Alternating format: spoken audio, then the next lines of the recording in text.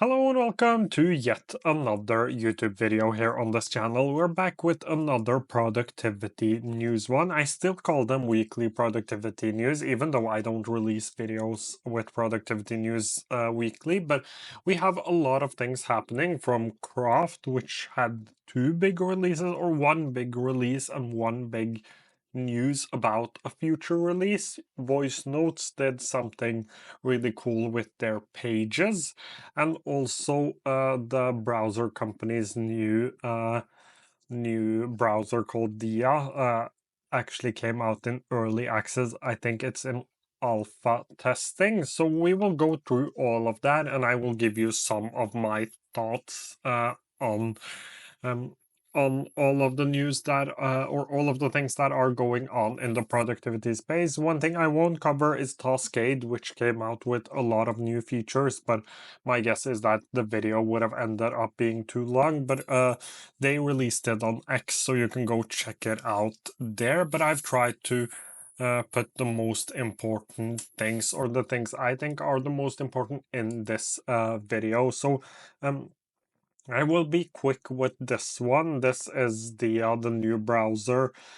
Basically, what the browser company did when they stopped development on Arc, still getting Arc is still getting security updates, but the app won't, or the browser won't be developed. They they are trying to make a new browser which is supposed to be heavily reliant on AI, currently in alpha testing, so people have been able to try it out. I saw a lot of people on X getting invites, and basically what I think they will do is to keep adding invites so people can invite their friends. And uh, basically, this is the idea of your AI, or AI in general, living inside of your browser.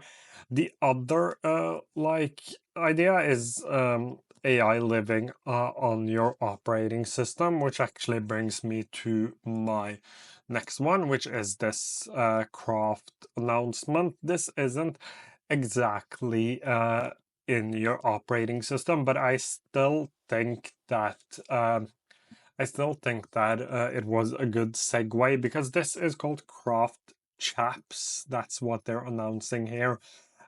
So Chaps is short for Chat Plus Apps, basically apps you can chat with.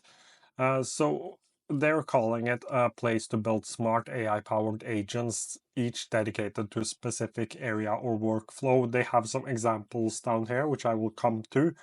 But Chaps is the next iteration of our thinking. Chaps builds on two key concepts. Customizing workflows should be as simple as saying a few words. So let's say you wanted a daily note, you can say, create me a note every day. Or if it's weekly, make one every Monday. So you have seen me set up notes, or for example, recurring tasks in different applications. Basically, what Chaps or AI in general inside of applications will do. The goal of it is to be able to interact with the application in natural language processing. At least right now, that seems to be the goal for a lot of the applications. The second one is that interactions with software should be seamless and efficient. For Chaps, this means we lean heavily into free-form input, but keep app widget-like rich visual output. Take the best from both worlds. So this is in a really early stage, so it is hard to see what this, or to say what this will end up becoming, or if it is any good. But basically, what they're trying to do here is that you can create agents. Let's, for example, say you wanted a morning brief. You could create a morning brief agent, which summarize your meeting, give you your important notes, maybe even important tasks as well. You can have a research assistant agent. You can have an event planning agent. So the idea of agents isn't a new thing. It is something that's been around for a while now. But it is something I haven't been able to find good use cases for it, at least not yet.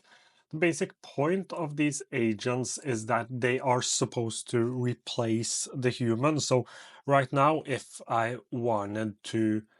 uh, if I wanted to get a briefing, I would have to go into every single app and ask the AI to give me a briefing of that specific app. What agents want to do is that instead of jumping into every single application, I could get the AI into all of the different applications and provide a brief from all of them to me, basically removing the need for a human. That is what AI agents are trying to be, and Craft has now or is working on releasing their own. Chaps is a standalone product, so it won't be a part of the craft experience, and they have a website for it called chaps.app. Basically, here they have a small video and some information about the app. I requested early access, but it isn't a part of the Craft product, but it is made by the Craft team. The other thing that Craft has released is their new Readwise integration. You can basically now integrate Readwise. And what is really cool about it is that you can integrate your Readwise highlights into an already existing database or collection. And as we all know, Craft is a really beautifully designed application, and this just continues on the Craft 3.0 update, which turned Craft from a documents application to more of a note-taking app. And a good note-taking app should probably have a Readwise integration these days. It is one of the most popular applications among productivity app users in general. It is a great product, especially with the Read Later app reader as well. So you can sync them now into Craft, and they also have 50% percent off Craft for Life deal going on right now. So today is the 14th of April and it is on their website. I'm not sure it will be there by the time I publish this video, but it is worth checking out. I actually purchased the 50% off Craft for Life back when 3.0 first came out around December. But that covers both of the amazing Craft updates. So Craft keeps developing and even coming out with new products here as well. I am going to be honest, I'm really excited to see what Chaps will become. And whether or not this will be a competitor to something like Raycast, which have done some of the same things, like you can use the AI to interact with natural language and you can connect different apps and things like that. So really exciting to see those two go up against each other. Last update is voice notes and voice notes pages. I actually went ahead and I created one, but basically you can now publish your voice notes onto a page, which works a little bit like a podcast. So these are the pages here. You can create separate pages for your ideas, projects, and personas, all under one account. So I have created one for my journal ideas, thoughts as I continue to develop this YouTube channel and the things around it. And I'm going to publish my thoughts as I go.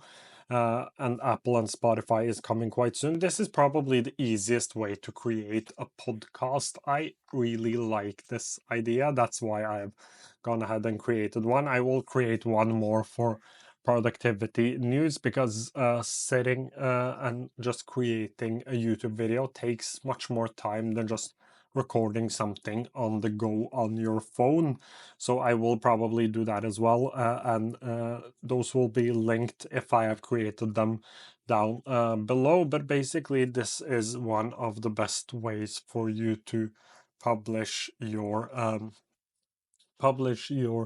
notes and create a really, I would say, easy to use or easy to publish podcast. So I really like the idea of this. I'm super happy that I actually purchased a lifetime plan of voice notes, and they keep on developing. So this was a super interesting thing to add on, and I am going to play around with it a little bit more, but definitely worth checking out. But that covers it for today's video. If you have any questions, feel free to leave them down below. I will try to get to them as soon as I can. Thank you so much for watching.